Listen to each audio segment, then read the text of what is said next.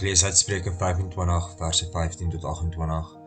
Met geduld kan iemand in 'n magsposisie tot ander insigte gebring word.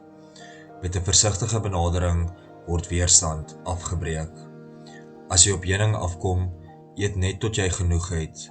As jy te veel eet, word jy naar. Wees spaarsaam met jou kuiers by jou buurman.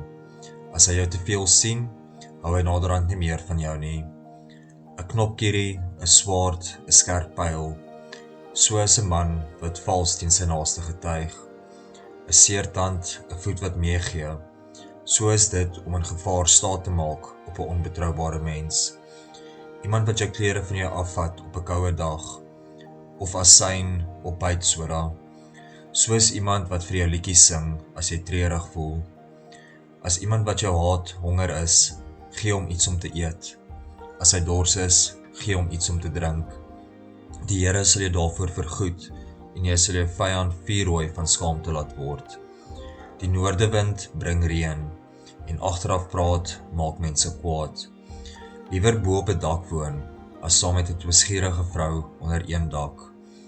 Koue water vermoë mense dors, so is 'n goeie berig uit 'n ver land.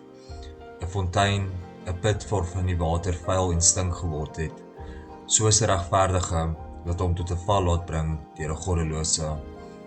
Om te veel heuning te eet is nie goed nie, ook nie om eer te bly soek nie. 'n stad sonder 'n muur om hom te beskerm, so weerloos is 'n mens as hy nie selfbeheersing het nie.